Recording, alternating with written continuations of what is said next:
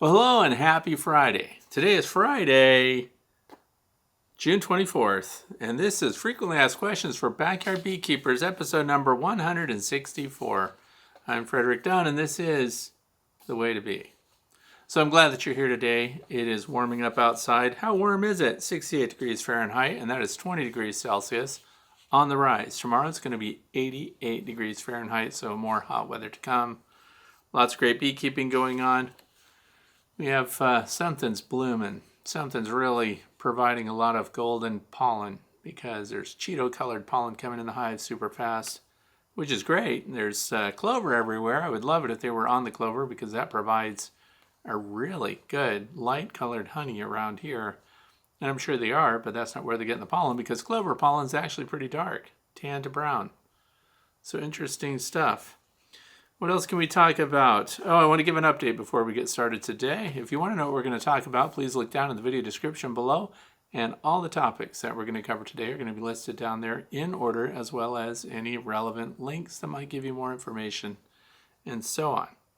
So I'm going to give an update about the drones. The colony that we had that was getting piled by drones, and we're still looking at that, but because people have asked me in the past, hey Fred, why are so many drones collecting on this one hive? And this is not the only hive in the apiary. So I made a video, showed it, put it out without narration because I forget things from time to time.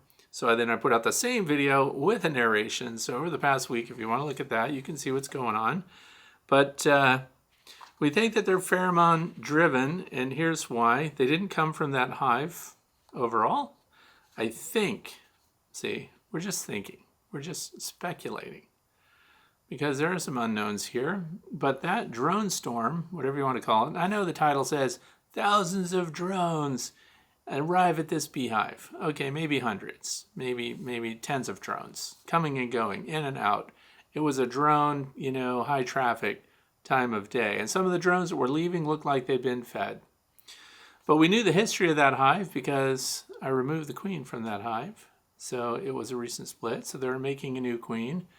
And around 10 to 12 days after the new queen would have been made and capable of flying and mating, I suspect she went on a mating flight, came back, and on her way back, she must have attracted the attention of drones, lots of them. There's got to be something to do with the pheromone of a young queen, a recently mated queen, a queen yet to be mated. We know that when they get to the drone congregation area, which could be anywhere, by the way, could be really far away because some people speculated, well, doesn't the queen fly farther than drones can fly?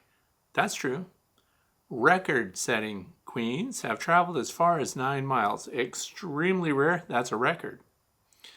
I'm sure queens would love to go and just mate somewhere, not too far away.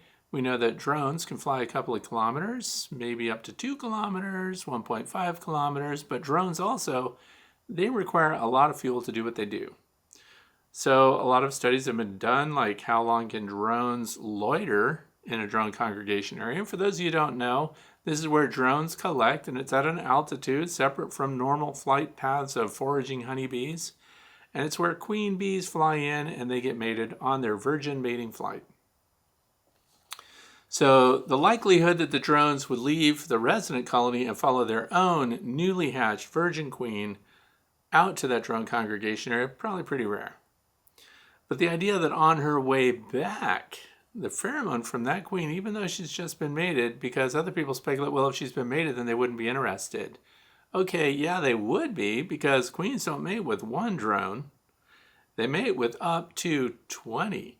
So you hear a lot of numbers out there, and they do that because they take a queen that's been mated and they evaluate the sperm that she has when she comes back and how many contributing drones were there. That's how they determine through DNA that they were all different drones. Up to 20 have been identified. So she only needs 3. So if she mates for more than 3, she's just out there having a good time. We don't know what's going on. But one thing's for sure, once a drone is mated with her, this leads me to another sidebar here. Some people will send me pictures of a drone with her reproductive organs distended from the abdomen of the drone. But they're still on the drone, and the drone is dead on the landing board. That drone has not mated with the queen. How do we know? We know that because when a drone mates with the queen, its reproductive organ detaches and remains with the queen. And then the next drone to mate with the queen must remove that, and then they replace that with their own reproductive organ. And the queen initially makes a decision. She can close up her abdomen, she can close up her receptacle for that reproductive organ to get in there, and she can make the decision to allow it or not allow it. But once the frenzy starts, it's pretty much game over. They mate. And then I think that on her path back, now it's maybe far-fetched that they come from the actual drone congregation area, because in some cases they can only spend minutes there, sometimes seconds there. And they did those studies by putting queens that were virgins in cages, put them aloft in a balloon, and then they traveled it through different areas at different altitudes, and they counted the number of drones that would congregate or follow the queen, the comet of drones that pursue the queen. They've also done other tests to see how fast it could be moving, how fast can drones fly to catch up with the queen. So there's all this stuff. Very little study is really being done on drones. Reproduction is very important, but the health, nutrition, and likelihood that the queen can get back from a mating flight is top of the list. We want her to make it back.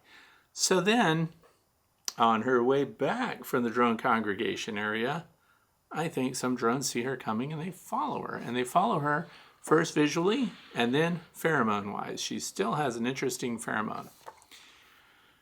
This leads me to something else that I was doing recently, because I'm playing around with queen mandibular pheromone synthetics. It's called Temp Queen, so it's designed to fool a colony into thinking that a queen's there. But this leads me to believe that pheromones are really strong, and they're not good at identifying the pheromone of their own queen. Now, maybe some will never depart from their own queen. Wherever she goes, the workers will go, everybody will go, and that's what happens when a queen swarms out and she leaves. We're going to talk about that today, because today is heavily based on swarm experiences with people, but bear with me for a second. So I took this QMP, and it comes in a little green noodle form, and it had some really old stuff, like it's been out there for 7 weeks or more, and I just left it on the railing of my Way to Be Academy building. Came back the next morning, and it was covered in bees, the whole railing, the post, everything. So, number one, a very slight pheromone can be detected in the air and draws bees that are not from that queen's colony. How do we know? Because there's no queen. It's just a pheromone. Not only that, it's a synthetic pheromone.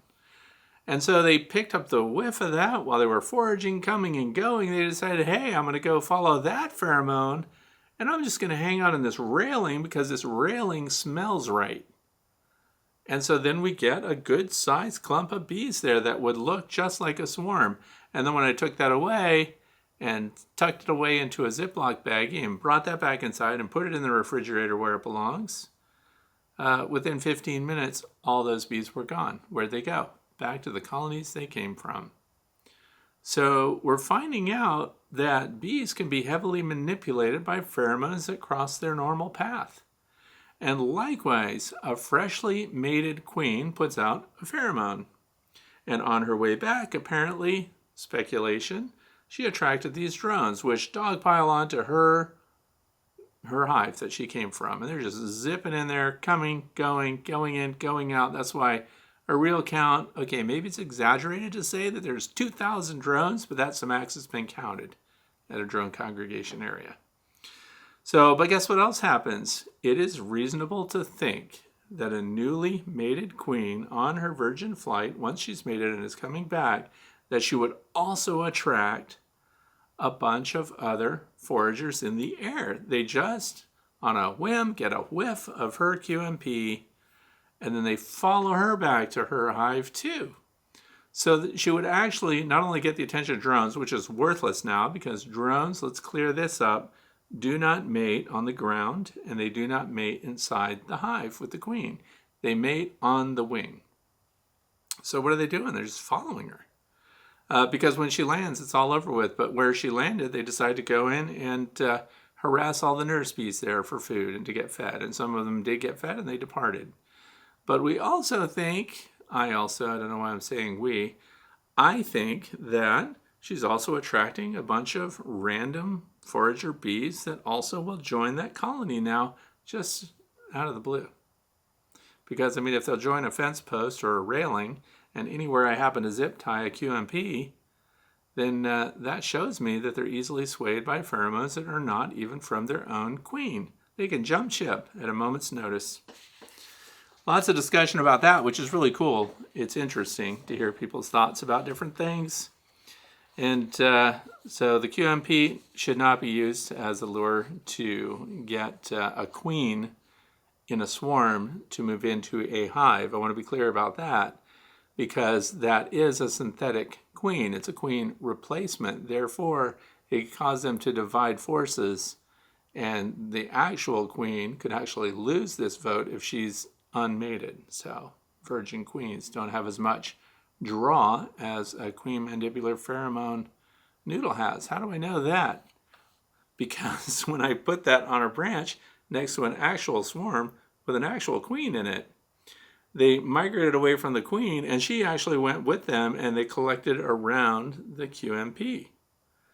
Then that queen tried to fly away with a bunch of bees from the same swarm in their bivouac location. They tried to fly to another location. I thought they were going, and then they all turn around and they recollect on the QMP again. So whoever's making decisions in that swarm is divided on whether or not to be with QMP or a real queen, but they're pheromone driven. That's the bottom line of all of it.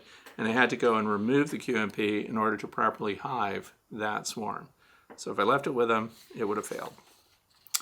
Okay, so let's jump right into our very first question today. We covered everything.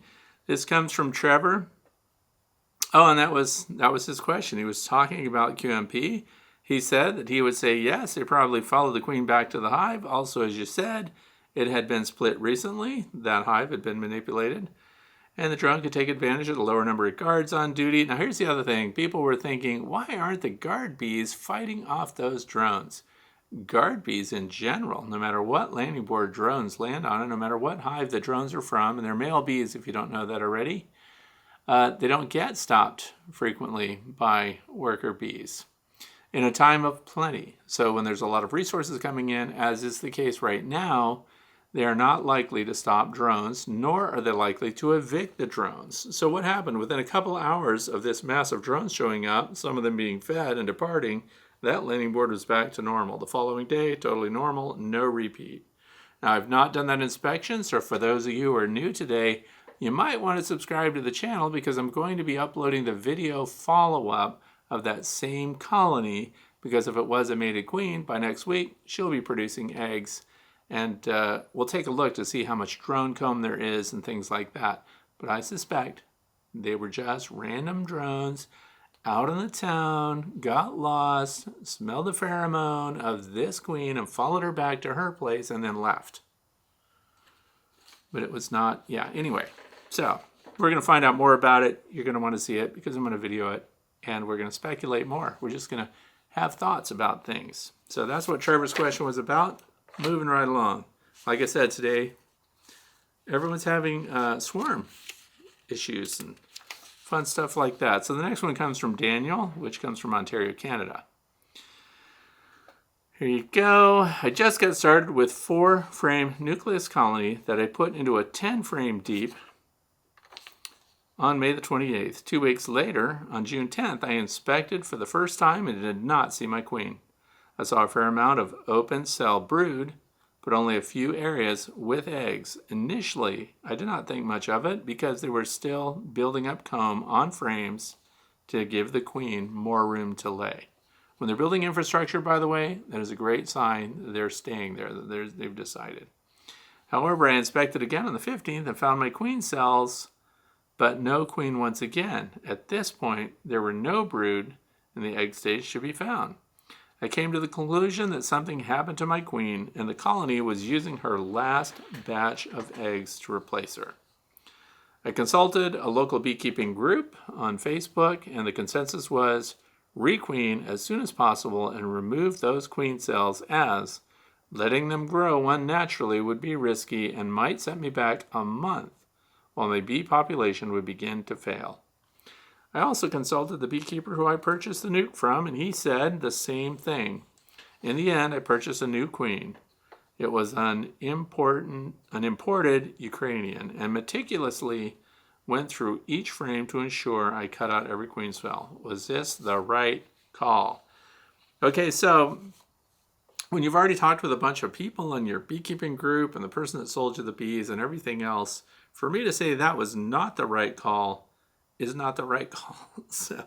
But we can talk about options. All the options were there, and it's true. It depends on why you're keeping bees and what time of year this happens.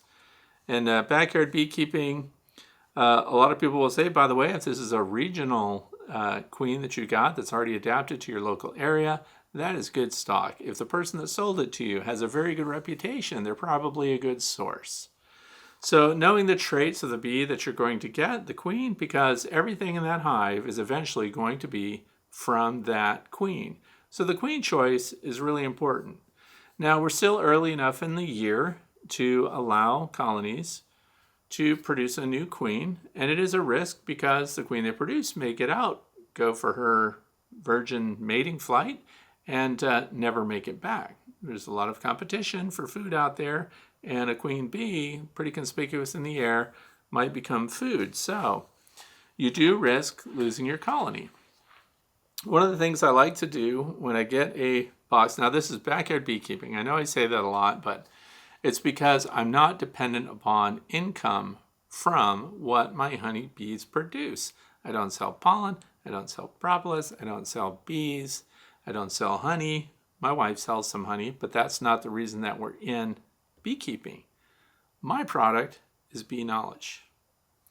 So the thing is, if I requeen and let them produce their own new queen, to me, that's not a huge risk. So I don't generally smush a bunch of queen cells to prevent them from making a new queen.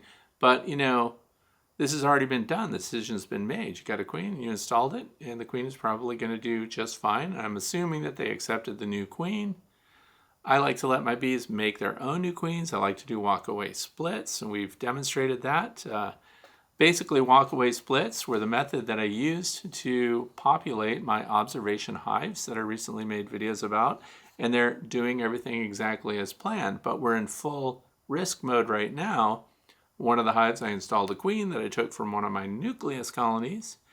In another observation hive, I just put in eggs and resources. So they're making their own queen cells right on cue. There are 2 visible through the observation hive. So that's also going to be coming up. We're going to show when they cap those cells.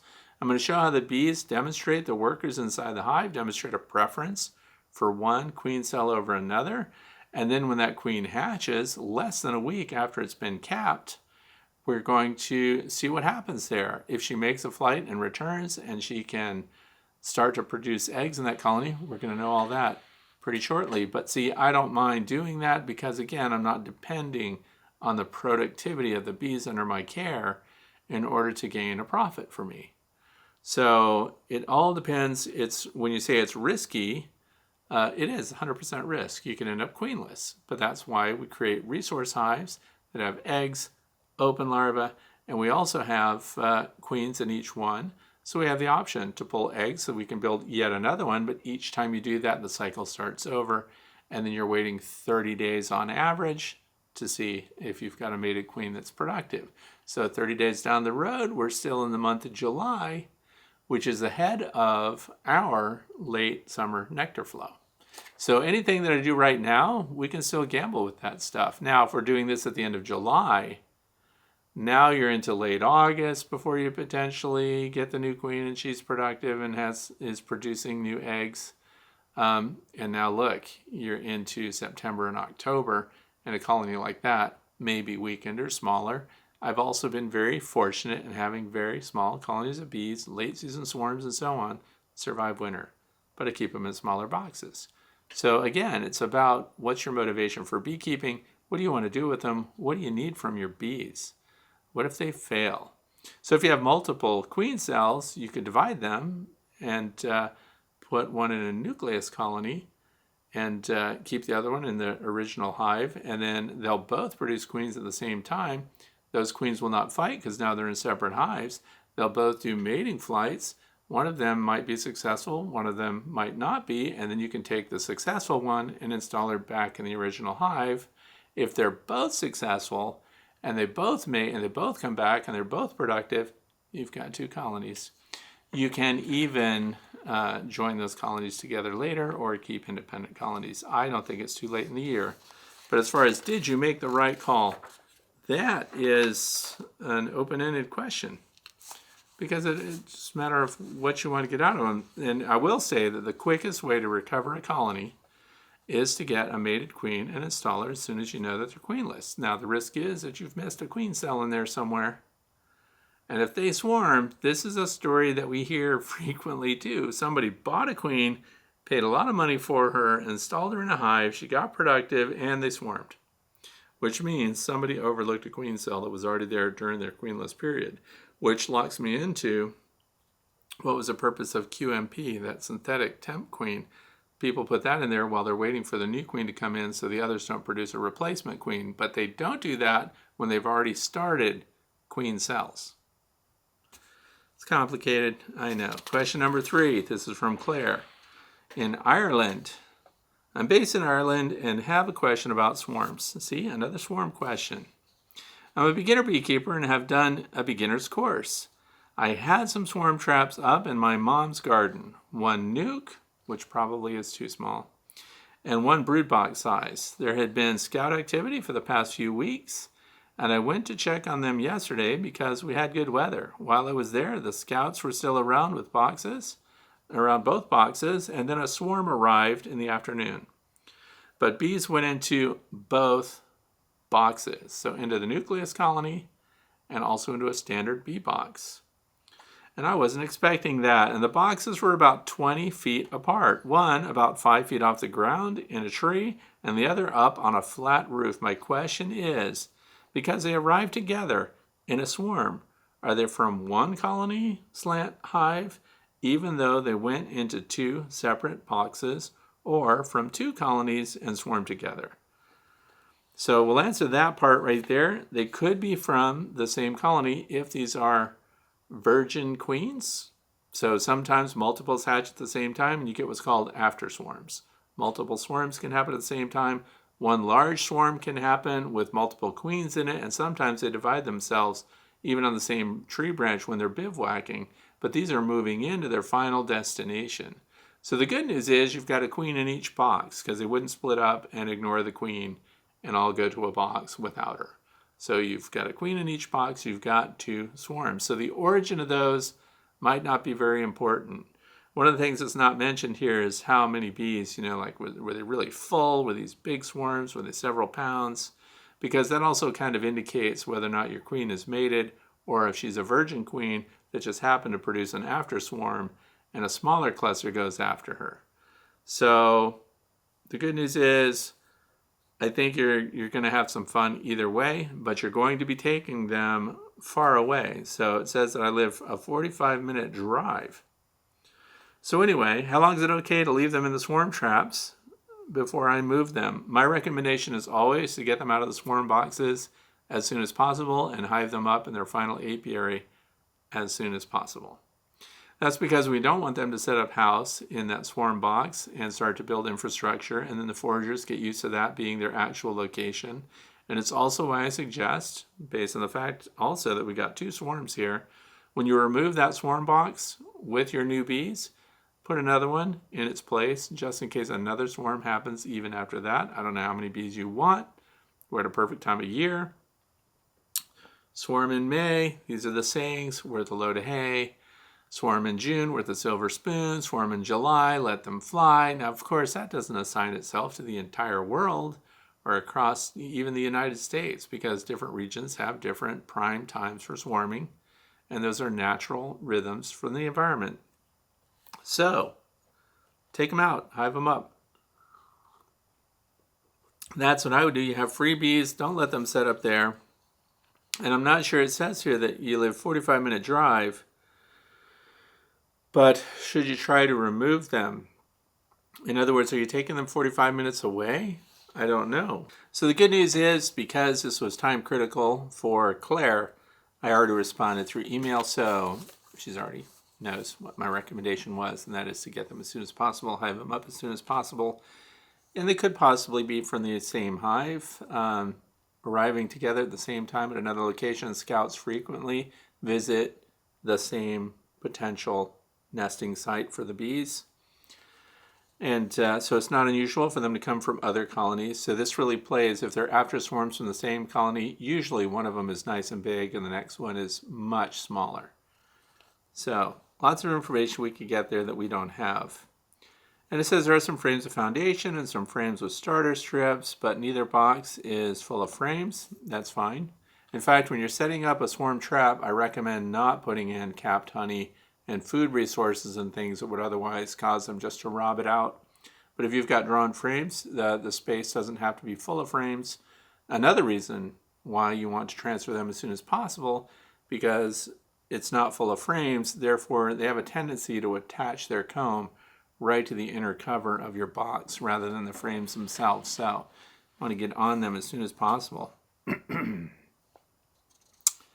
that's pretty much it. I think you're good. And I told her, yeah, get them now. Go, leave work, take the day off.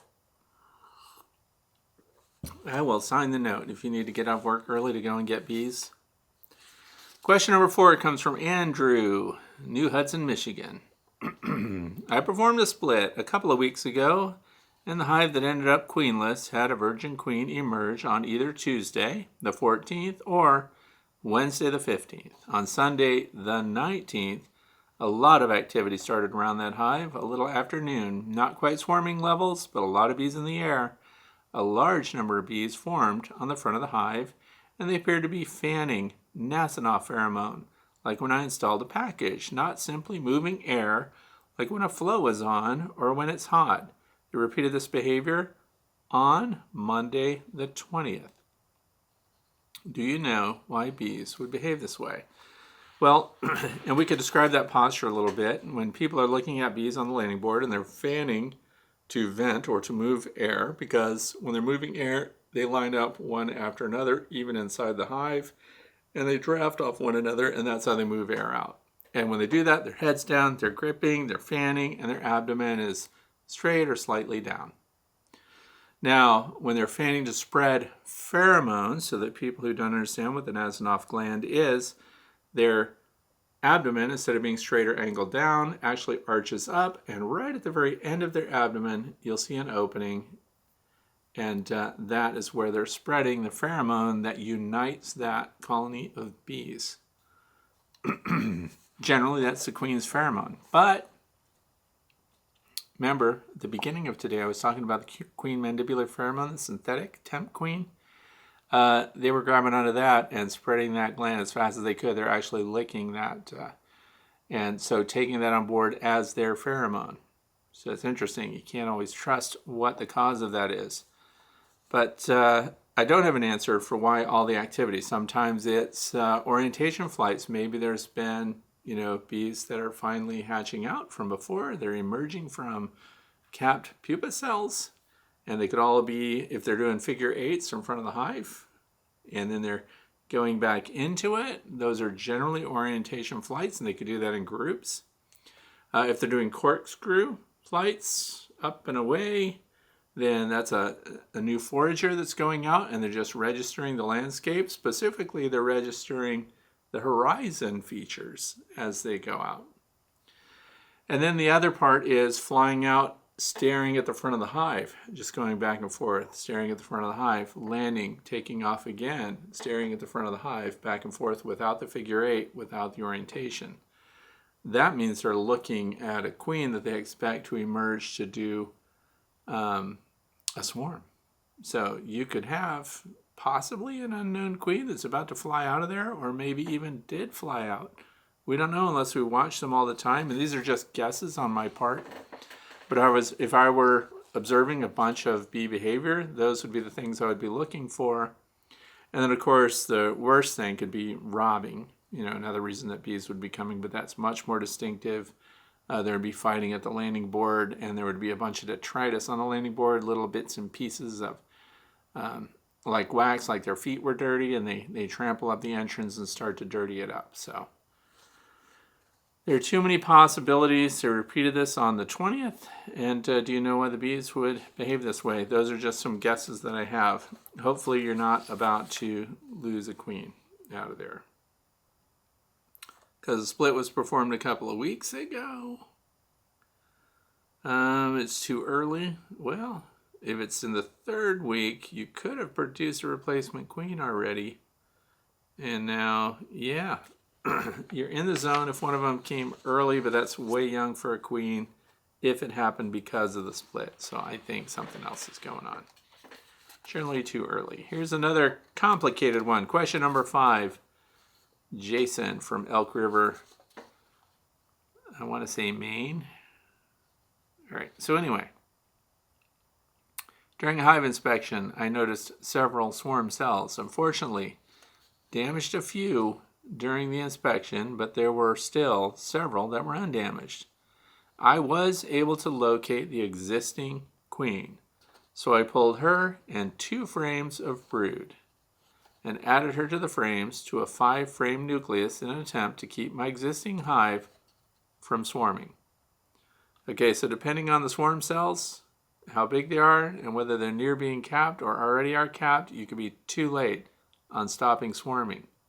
So when you find queen cells in development, fully structured, and the bees are attending to them, you are likely to have a swarm. So he did the right thing. He took the queen out, put her in another hive. So we'll call the original hive, hive 1. The new nucleus hive, where the 2 frames of resources were provided with the queen, we will call hive 2. So that's the queen and the brood. So, and let's see, my existing hive to keep them from swarming. Today, June the 22nd, despite the split, they swarmed. And June 22nd? Anyway, I was able to catch that swarm and install them in another nuke as well. So now we have the original hive, the nuke with the queen in it, and frames of resources, and now we have a third hive, which now has the swarm that was put in there. And thanks for your advice. I had built 2 nukes. It says they must have swarmed with the new queen since I had already split with the existing queen. So now what do I do? Do I add the original queen back to her original hive? Is there now another queen in there? And the hive swarmed with an unmated queen? What's the best thing to do here? I don't know if it's the best thing to do here, but I can give you lots of options because now we have 3 boxes. 2 with queens for sure. One has a mated laying queen, so that's the first split that you did. And the next one was the swarm you collected. Good job. Hive them up in a nucleus. Good job. And that likely still has to complete a mating flight. So that one is still, let's call that at risk. Also, why would they swarm? They're not going to swarm unless they're producing a replacement queen also in the original hive. So we have to keep an eye on them. So they swarmed out. There may not be another swarm. They may just produce a replacement queen. So give them time because we don't want to mess with them too much. Go 1 week and I would inspect the original hive to look for evidence of the queen that would have come out. And she could be on a mating flight within the next couple of weeks.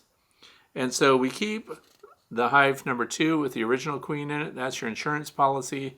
Hive number 3, the swarm, that's another insurance policy. And then we just wait and see what that first original hive does. And you could go back to the original hive if you wanted to and smash all the existing queen cells, but I think that's risky too because we don't even know if hive number 3, your captured swarm, if she's going to complete a mating flight because we're going to make an assumption that that is an unmated queen, that she is an after swarm.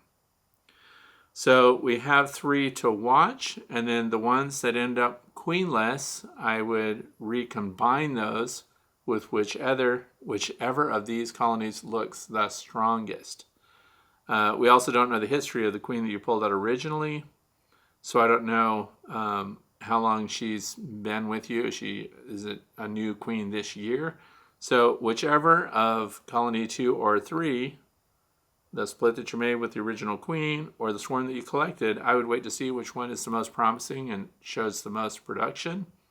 And if one of them ends up queenless, we know 2 likely won't end up queenless, but hive 3 could, and then we would recombine them with the original colony and just fortify them. And then if they're all strong, congratulations, you have 3 hives of bees. So I would just watch them and look for eggs and see what they're doing. And then if one ends up queenless, good to go. And the reason this reintroduction and combining of these colonies will be very easy is because they're so closely genetically related. They've all come from one another. They're very accommodating. By then you would be putting them back with their own brood and everything. But hive number 3, the installed swarm, may not produce eggs or brood unless she gets mated and returns successfully. So she could just be a resource for your queen that's been pulled away with just 2 frames, or you can restore them to hive 1. Those are your options. Wait to see how they do, see how they perform. We need more history on these original hives. How old's that queen? How long have you had that hive? Things like that. Question number 6 comes from Dan from Golden Dale, Washington. My question is about the Bee Smart products, specifically the insulated cover and the insulated top. I have added these to 3 of my hives this spring. What I'm wondering is if I should remove the insulation in the inner cover or leave it in place all year. Okay, the Bee Smart, if you buy that combination of the insulated inner cover, which I have right here, that's the insulated inner cover. This is the insulated piece, and what's being talked about here is whether or not this insulated part should be removed for summer. I say no, keep it right there. Keep it insulated summer and winter because it benefits you all seasons. But you also referred to the top cover, the plastic Bee Smart Designs Ultimate Hive cover, as an insulated cover. It really is not an insulated cover. There's an outer plastic layer to it. There's an air space, and then there's an inner layer to it, and that's it. So there's no insulation other than dead air space. So that may have low insulating properties. But I recommend, if that's your configuration and it worked for winter, also leave it on for summer, because summer heat beating down on top of a hive, transmitting that heat to the inside is just as challenging for the bees often, depending on where you live, as the winter cold can be, and we want to retain heat. We also want to retain their ability to cool the space, which they do with water in the summertime when these high heat days come along. So yes, leave the insulated inner cover on, as I'm doing, year-round. By the way, those insulated inner covers, fantastic. That was question number 6. All of my colonies that had those on did really well, and every Langstroth style hive that I have will have an insulated inner cover on it henceforth, and they do right now as well. Question number 7 comes from Devin from Dundee, Oregon. I have had bees for 1 year now, and the goatskin gloves. They're in need of a good cleaning. What do you use to clean propolis and honey off of goatskin gloves? Okay, this has come up in the past. And I guess you have to ask, what do you need to clean from your goatskin gloves? Is this just cosmetic? Are they getting so sticky that there's so much propolis on it that you just can't even do your work because they just stick and grab onto everything? So first of all, for those who are listening, goatskin gloves perform better with your beehives than rawhide. So if you've got cowhide gloves, real leather gloves, they smell like cows, they smell like leather, it's a smell everybody knows. Those are much more annoying to the bees, and they can solicit stings. Goatskin gloves are a little thinner, a little less protection, but they offer greater dexterity, they fit your hands better, and don't get the attention of your bees in a negative way. So they're going to get dirty over time. So the question is, why do we want to clean them? If it's a function thing, then there's some things we can do to clean those up. If it's just cosmetic, you're never going to get them to look. Most goatskin gloves are like a creamy white color, an off-white color, sometimes a light gray. If the function isn't impeded at all, I wouldn't do anything. One of the reasons you might want to clean them up, though, is when you get bee stings on your hands through the gloves, because they leave that alarm pheromone on there, and if you're going hive to hive, this is why I recommend you have several pairs of gloves, by the way. If you get into one hive, they're a little hot, and you see a bunch of stingers on the gloves, retire those gloves for today, put another set on, and move on to the rest of the hives. Otherwise, you're going to continue to get an unwelcome response from the guard bees that register that pheromone. We know that bees are heavily pheromone based. So, this is my procedure. I'm going to read it off to you. You mentioned honey on here. Rinse the gloves in cold, fresh water. Keep them on your hands and just wash off your hands with water. That gets the honey off right away. So that's the easy part. And also, I keep these are 100% cotton rags. I think these are what bartenders use. I get them from Amazon, and they're super cheap, and you get them in bundles, and I have them in the garage. I have them in the bee shed. I have them everywhere I'm going to be keeping bees.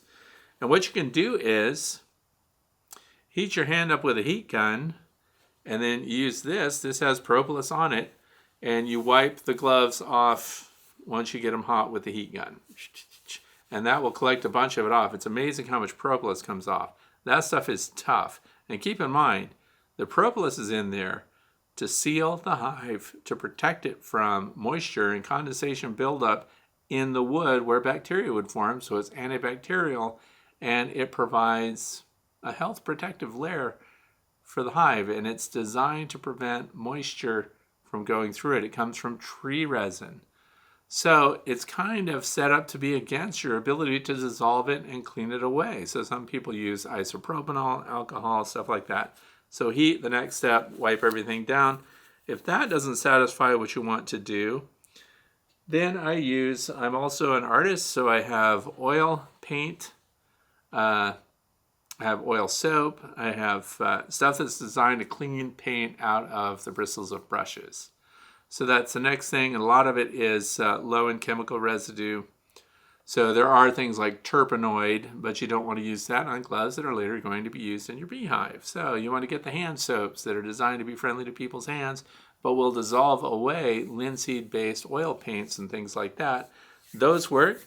So that's the next thing I do, and I keep the gloves right on, and I do the whole thing. And then the next step is I use pumice soap.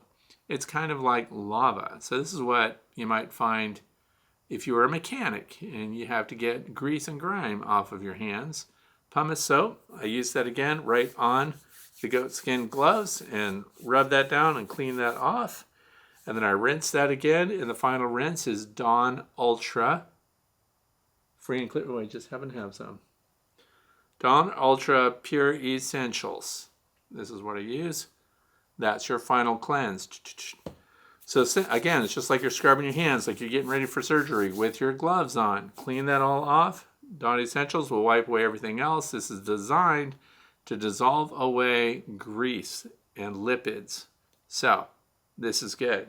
It's not going to make your gloves look like new. Then your gloves go outside in the sun, and while they're still damp. So not completely dry, just a little bit damp. Never, by the way, run your leather gloves in hot water. Always use cold water.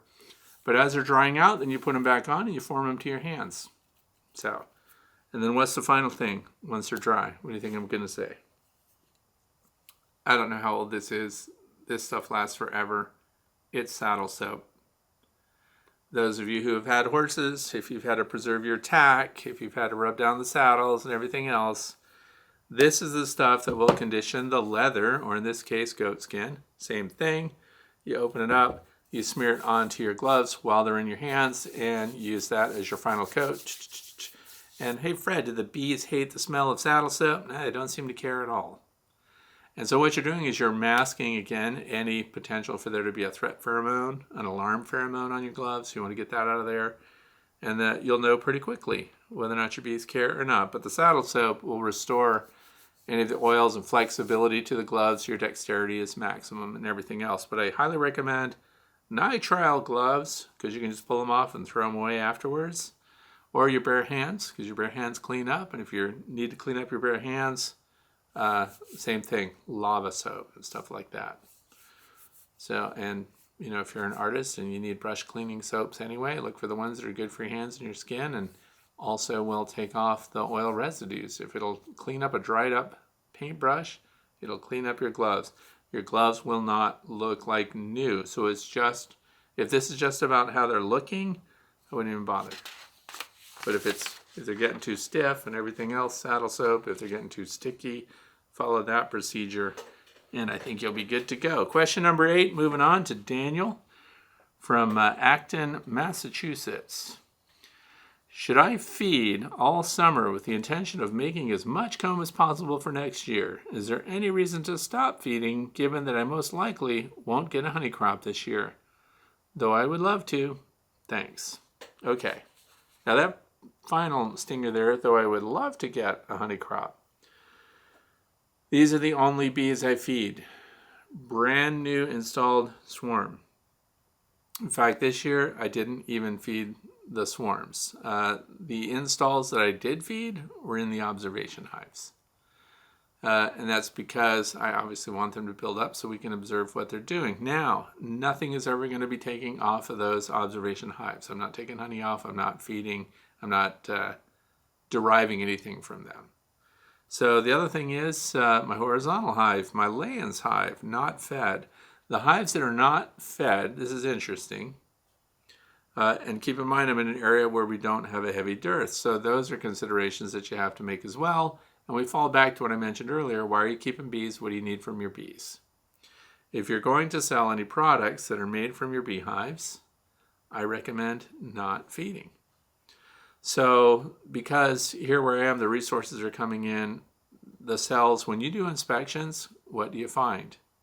So in other words, if they're getting plenty of nectar and they're filling those cells with nectar and you're not feeding yet, then they're demonstrating that they have enough feed and resources. So I would not recommend feeding unless like you've just installed a package of bees or something and you have 2 weeks of nothing but cold weather and rain coming, then that's definitely going to help bridge that period. So some people like to feed through dearth periods. And so those are judgments based on where you live. Now, how do you find out if you're a brand new beekeeper if where you're living even has a dearth or has a period where you might have to provide some kind of surplus resource to keep your colonies strong enough during those periods? But keep in mind, if you're putting on sugar syrup or you're open feeding that stuff, it is going to likely get into your honey stores and it is going to impact resources from that hive. So you have to feed, if you feed, inside the targeted hive only. And I also don't like entrance feeders that could encourage robbing from a newly installed colony. I like to have hive top feeders on the inner cover. And like that insulated inner cover has a hole in the middle, and you can put any style hive top feeder up there and they can get up there and access that. Much reduces the chance of robbing. So to find out, go to Beescape, beescape.org, and put in your address and see what kind of resources are in your area and what kind of challenges there are. So if you don't have a dearth and you've got resources through the year, I would not feed them. After they're established, started, and you see lots of foraging coming, and you do an inspection and things look good, I would stop feeding. What they get from the flowers is going to be better than what we can provide for them. Question number 9 comes from Robin from Lancaster, Ohio. I have 4 hives that I would like to treat for mites midsummer using oxalic acid vaporization. In order to do that, I understand that I need to have a brood break. Now this is the same question that Ross Millard asked as well. So I'm going to answer 2 with 1 here. My plan is to put all my queens in cages, except for one that needs to be replaced, in their hives for 15 days. Hives are just deep brood boxes with medium supers. After 15 days, I will release the queen, and then wait a total of 23 days from when the queen is caged to do an OAV treatment. I think that will give me no capped brood, so that OAV can be effective. I will do another OAV in early winter when they are again mostly broodless. I'm interested in your opinion on this method for mite treatment. Okay, so the queen cage. That follows a lot of different forms. Just happened, I wrote up a thing just for Robin and Ross here. This is my I don't know if you can read this. So let's put that right there. If anybody wants to get a screenshot of my procedure, and we'll show that, but I'm going to run it down for you. Let's say July's coming up, 1st of July. What's the queen cage look like? First of all, this is what I personally would use. I don't like the little push-on 4x4 queen cages and things like that. That's too tiny, it's too small, and the queen can't lay enough in there. I also recommend that the frame it has to be drawn out with comb.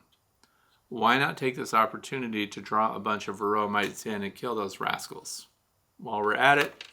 So if you can get drone comb, that's what the green foundation is. If you don't have it, fine, use regular standard brood comb. And your queen will be in this queen cage, and this is up against the side of your box. For me, it's the eastern side of the box, if my landing board's facing south. Now, the other ripoff here is, I don't really mean ripoff, but Better Bee has a better queen cage than this. So I bought this one from Blue Sky Bee Supply, who quickly stopped selling them, by the way. But that's the premise. We get the queen. She goes on this frame. This cage goes around her because it's a queen excluder. Worker bees, nurse bees can go through this. They can take care of the queen. She's going to start laying on this frame. So the rest of your hive, if it's a 10 frame, then you've got 9 available frames. If it's an 8, you've got 7 available frames. And in this case, we've got the deep plus a medium above it. Okay, so you've got your frame in there. You put your queen in there, and you did it July 1st. Now, before we go any further, this will impact your production. So, that's why a lot of people would rather treat than isolate the queen. So this is considered kind of a natural method to kick off a brood break at a time of year when she may not normally do that. So July 1st, you cage the queen. That also means that on the day that you moved her into that cage, that she would have been laying right up until the time that you disrupted her. And if you want to make it easy on yourself, you find the frame that the queen is on where she's actively laying, and you just move that whole frame right to the end and put your cage around it. That way you don't have to handle the queen or anything else. That's already a brood frame, and she's going to be working on that. The brood that hatches in there can pass right through the queen cage because they're small enough to get through. The only things that can't get out, if you put that there, will be drone. So if you've got capped drone cells or drones already in production and you put them in there, they'll be stuck in there. They can't get out. So things to think about. So then we've caged the queen on the 1st of July. That means the last eggs that have been produced out in the hive are on the 1st of July. So now we jump to July 10th, which is a Sunday. The 1st is Friday, next Friday, as a matter of fact. Now, on the 10th, so that means all the recently laid eggs would be capped brood. Okay. So now, and the queen continues to lay, and because she's laying on that frame, she's still releasing the pheromone. There's brood in there, and as far as the rest of this colony is concerned, they're queen right. There's no risk of them producing a replacement queen. If you put that queen in a tiny cage, and there's only a little brood there, then the brood production is so down, the queen actually may pull back on her productivity, and it may reduce the pheromone from the queen, which could weaken that pheromone in the rest of the hive if it's big and multiple boxes. So things to think about. The big frames, the big traps are better. Now, so on July 10th, all the recent eggs will now be capped. July 14th, that's a Thursday. That's the day that you would pull this cage off of the queen frame, and you'll take that whole frame out. Guess where it goes? In the freezer. Because remember, any capped brood in there, those would be, mites would be in there. So that gets put in the freezer, your queen is released, she starts laying again. Now we jump forward to July the 22nd. That's when you can do your oxalic acid vaporization, because the queen, starting on July the 14th, she would have, in theory, started laying eggs again throughout the hive somewhere. We know that they're not going to be capped until up to the 9th day, so we have a window of opportunity there. There is some fuzzy room here in this schedule. So on July the 22nd is when you give your oxalic acid vaporization treatment, and that's when it's proven to have up to 96% efficacy against all phoretic mites. There would be no mites under capped brood at that time. Therefore, you would do a major wipeout on those mites. Also, if you can, you want to do a mite drop count. See what the impact was. See what's going on. So, and that is something that you can do for any of your colonies that have high mite loads. If you've been waiting and doing mite counts on several of your colonies, I would do them all at the same time with this method. And again, Better Bee has a better, I think it's called the Queen Trap. I don't know if it's called the Queen Cage, but they have it better than mine because it can be anywhere in your frames because it closes the frame completely. Mine has to be up against the side of the hive. I kind of like the idea of one in the middle better. So, and that creates a false brood break, much as you would have here at the end of November, beginning of December, where brood is at its smallest, therefore OAV is at its maximum. And now the argument is, of course, that you've lost all that productivity from that queen throughout that entire time, but here's my argument. Not argument, it's a discussion. So we know that when we collect a swarm, and there's been a lot of discussion about swarm collection here today. So we know that when we've got a swarm, we have a window of opportunity to treat the swarm also with oxalic acid vaporization before it gets to the point where in the new hive they cap any brood, because oxalic acid does not work through capping. So we have 9 days, not even. Let's do it on the 8th day. If you've got a newly hived swarm, treat them on the 8th day. Why not treat right away, Fred? Because remember, they can abscond. We want them to invest in that new location. We want that introduction to be as carefree and stress-free as possible for those bees, and then hit them with OAV just before they would cap any brood. See? So you already have a break right there. That's why people that do multiple swarms, that allow their bees to swarm, that have a lot of reproduction going on in the hive, doing a lot of splits and things like that, they have a great opportunity to control the Varroa destructor mite. And then the thing is that after those mites are gone, what else is reduced? The impact on the bees, the impact on the nurse bees that Varroa destructor mites feed on, the impact on developing larvae that the Varroa destructor mites feed on is greatly reduced. Now we're getting rid of that ahead of the late season nectar flow, which is a time of rapid increase for the bees. So by the end of July, we're kicking off a whole new cycle of bees for the August and September nectar flow. And so I think the recovery would be much faster in bees relieved of a mite load. See what I'm saying? So it could actually be better than if you never did this and you just did normal treatments that have lower efficacy, and then you ended up with bees that are still carrying mite disease. I don't know. So there might be a balance there. Food for thought. That's just my suggestion. And use the big full frame style so the bee has access to both sides of that, because that's, let the queen continue to lay and do her thing and keep the pheromones strong in the hive. Question number 10. This is from Dustin. Oh, I can't even say that. Mokelumne Hill, California. Caught a swarm and could not. Okay, this is an interesting one because it's something that a lot of people might have experienced. I caught a swarm and could not get them into the box. At first, I was able to get them to march into a nuke box that had a few old frames in it. They were all bearded on the outside the next morning, almost no bees at all in the box. I tried shaking them all into a hive box, thinking they might want more space. Again, they all came out and bearded on the bottom of the hive. I tried putting a frame of brood into the box and again gathered and shook the bees into the box. They again came out and clustered under the hive box. I left them alone. They stayed in that cluster for 3 days, and then they were all gone one morning. Is that not frustrating? So, I could not find the queen, or I could have trapped her in the box. Is there something I did wrong?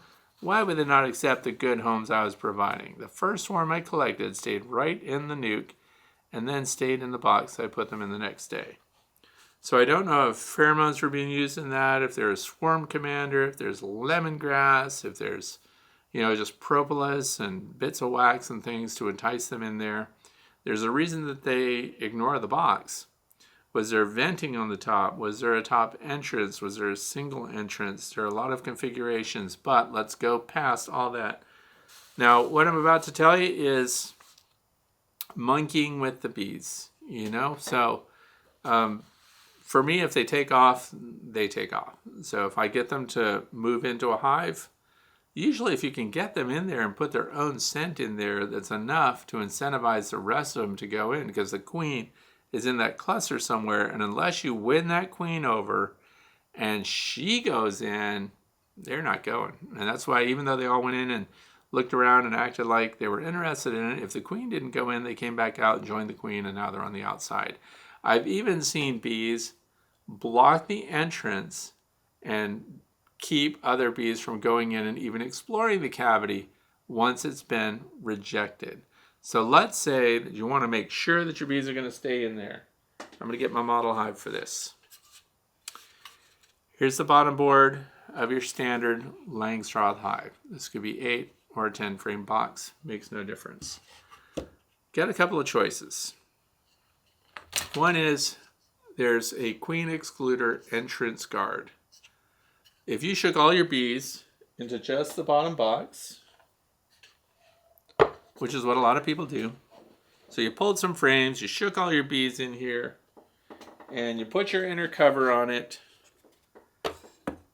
No top vent, no top entrance. And then you put your outer cover on that. And then you put your queen excluder right on the front. So once the queen is in, she can't get out no matter what they do.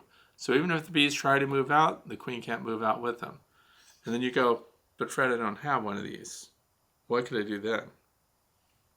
I'm glad you asked. So now we've got the deep box. It's on the solid bottom board. You've got your entrance reducer on. By the way, bees care about the entrance size to a hive. If that entrance bottom board is wide open, sometimes they'll reject it because they don't feel confident that they can defend it. If they feel they're in a box that's not defensible, sometimes they'll reject it and they'll leave. So you have to have an entrance reducer on there, and when you're installing a new swarm, set it on the small entrance, what some people call the winter entrance. So anyway, what could I put up here? I have this box. I have a regular queen excluder right there. Put that on that bottom deep box. Then a second deep box. But Fred, that's too big for a swarm. I know. Remember, they're not choosing this box. You're dumping them in it because you collected the swarm. So now we have 2 deep boxes. We have a queen excluder. The only thing that can go in and out of this hive would be workers. We pull these frames up above to make room just so you can dump them in there. You collected the swarm, you dump them all in there, and then really quick, before that queen can reject you, you put your inner cover on here. And we want to entice them to stick around, right? So you put your round feeder or whatever on top of here. We want to give them syrup and stuff, resources. And then we want to put that outer cover on here. No top vent, no top exit, no top entrance, no way for them to escape up here. Now, if the queen was in that swarm cluster that you dumped in there, and it's likely that she is, you're going to see them on the landing board fanning the Nasonov gland. So you know she's in there. Where is she? She's in this upper box. Can she get out? No, there's a queen excluder, unless this is a virgin queen and she's little and she's skinny and she goes right through your queen excluder. There's a risk. We're monkeying with them, but you were going to lose them anyway. That's what I'm saying. So now they're in the top box. How long do you keep them here? 7 days. Keep them there 7 days, and then you can do your inspection. You open it up and you look in here and you kind of pull your cover off. Maybe light smoke if you need it. You might not need any if you're super careful and you don't bother them. And you pull up some frames and you see, oh, look, they're making comb on these frames. They've committed themselves. Ah, the queen started laying. So the queen is up here. They started with this. So now we can lift this box up, pull the queen excluder out, get rid of the bottom box altogether. And if they have worked any of the frames in the bottom box, you take them out. Any frames that have beeswax on them that they put there, you replace them with empty frames up here. And then you put this frame with the queen and everybody else right on this bottom box. Nothing has changed. The entrance is the same. They've gotten used to their entrance location. They're taking care of the queen. They've invested in infrastructure. She's laid some eggs. And then the inner cover goes back on. And this is an example of bees that you would feed. We want them to stick around. That's a newly installed swarm. We want them to have resources. And there, you just outsmarted them. But you did keep the queen against her will. So you meddled with everything they wanted to do, and you made them move in with you until they had Stockholm Syndrome and wanted to stay with you, and that's when you can take away your queen excluder, and now you have your hive of bees. What do you think of that? That works. Now, Fred, have you really done that? Did you really put bees through that? No, I haven't. I just thought it would work. I mean, I think it sounds good to me. Does it sound good to you? I haven't done it, but if I had a really stubborn cluster of bees and they were looking like they weren't even going to go in on their own, and I really had to control their world, and I wanted to put them in somewhere that they couldn't get out of, and I wanted to control that queen, I would do that. So I'd keep them in there. That way they would never get away. So that's fun. Let's see. And if they gather in the bottom box, when you put that queen excluder on, you wasted your time.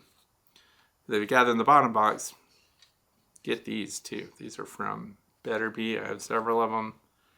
And they can keep queens in. When have I ever used it? Never. Never had to. They stayed. I've never felt like I really needed to restrict the movement of a queen before. They kind of do what I want them to. What can I say? I don't know what goes on. Question number 11 comes from Emma from Chorley, Lancashire, England. Let's see, I've been pondering over swarms. Everybody is talking about swarms right now. I've been pondering over swarms as I have one that I'm struggling with. The swarm was in the tree for at least 5 days before capture. What I'd like to know is how they manage, due to nurse bees don't fly, so they don't take any of them with them. Wax glands only last so long, and it's house bees that produce it. When they don't go with them, with the queen, and when the queen lays, who tends the eggs and larvae as no nurse bees in a swarm? Do the swarm bees revert back to do other jobs, or do nurse bees actually go with the swarm when it leaves? Thanks for considering my question. Well, thanks for the question, because you already answered your own question. Do they revert back to their old jobs when nurse bees don't go? And it depends on the age of the nurse bee. So for those of you who are wondering, there is a flow of work, division of labor. They're eusocial insects, and they can do multitask. That's why there need to be so many of them. They are social, and therefore their division of labor allows them to succeed in environments that they otherwise couldn't succeed in. Honeybees cannot live alone, period. They depend on one another. So they start off with these first jobs. They're cell cleaners when they hatch out. And they're cleaning out the cells after. People say they clean the cells after themselves when they hatch out, if it's a worker bee. I have actually seen the workers hatch out and they scoot off right away, but another nurse bee gets right in there and starts cleaning. And then the second job that they have is capping brood. So when the brood gets past its 9th day, developing larvae, gets to that 9th day, they're the ones that make that wax cap on there. And the wax cap over brood is gas permeable. So there's some air movement through it. So that's interesting too. And then the next job after that is attending to the brood. So those are the ones that are feeding and providing nourishment for the brood. And I'm telling you that because bees that are under 10 days old, and these are averages, are house bees. They're hive bees. They don't actually get outside yet because during this whole process, their metabolism is changing, okay? So their hormone levels are changing. And then as they progress through, they go to advanced jobs like packing pollinators near the end. They comb construct. So these are wax producers. But a wax producing bee is a pretty old bee. Now, there are times when I've looked at a cluster of bees that are in swarm mode that are bivouacked, and I have seen wax scales on their abdomens. So I know that their wax glands are producing wax, and those bees were able to fly out. They're much older in a lot of cases. So they actually are going with them ready to make wax. And that's why sometimes, even when they're only on a branch for a couple of days, you'll see a little teardrop-shaped comb start to be built there if they're stuck for a long time. So the question is, nurse bees, the youngest nurse bees that are feeding the young and doing these jobs that we talked about, cell cleaning, capping brood, attending to the queen, and then they receive nectar from the foraging bees as they come in. Okay, you're right, they're not tough enough, they're not strong enough, they can't be guard bees, they can't stand and fight, which is why once something gets on the brood frame, it's a free-for-all, because those nurse bees can't fight them off. They're just not tough bees. So, but do they revert back to these in-hive chores once the queen starts to lay in a new location? The answer is yes, they do. So even foraging bees, when they get the stimulus from a freshly hatched egg that's been laid by that queen, and the larvae are present, and there aren't nurse bees, which are there putting off their own pheromone that lets the rest of the hive know that things are good, that things are healthy, there are older bees that revert back to being nurse bees. So they do, and it works. Likewise, when you have a colony where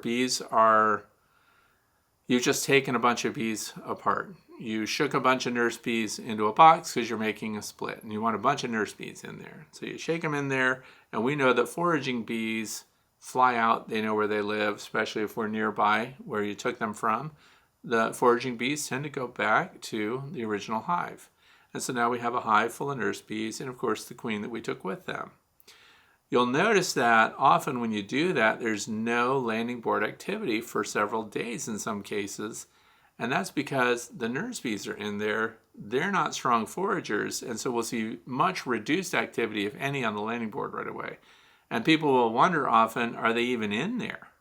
And then when you listen close, you hear that little hum, and you know they're in there all right, but now the opposite has to happen. In other words, when you've hived a swarm, we have older bees, they're reverting back to some of the in-house, in-hive jobs. That labor has to be satisfied. Those jobs have to be satisfied, so they change hormonally. So then, in the other direction, when we have nothing but nurse bees, they actually accelerate their movement through these positions through the hive until they're outside foraging out of necessity. So then these bees burn themselves out much quicker. In fact, they start to skip jobs. In other words, not every bee becomes a comb builder. She might go right out and be a ventilating builder or a ventilating bee, or she might start guarding the hive, which, by the way, it's going to take a while for a colony like that to build their defenses, which is another reason why when you're setting up a new colony with nurse bees, entrance feeders and things like that could draw stronger, more capable foragers in, they'll just steamroll your nurse bees as far as guarding goes. So, and then if they get inside, they'll just rob everything. So that's why I keep the entrances small when you establish a new colony, but it goes both ways. Young bees move to advanced positions too soon. Older bees revert back to their original jobs inside the hive. So that is it for today. That was question number 11. So the only fluff that I have for today to talk about is that Ernst Seeds, they produce a bunch of native pollinator sources, and they're in the state of Pennsylvania. And Saturday, they're having an open house, and there's going to be a bunch of beekeepers there.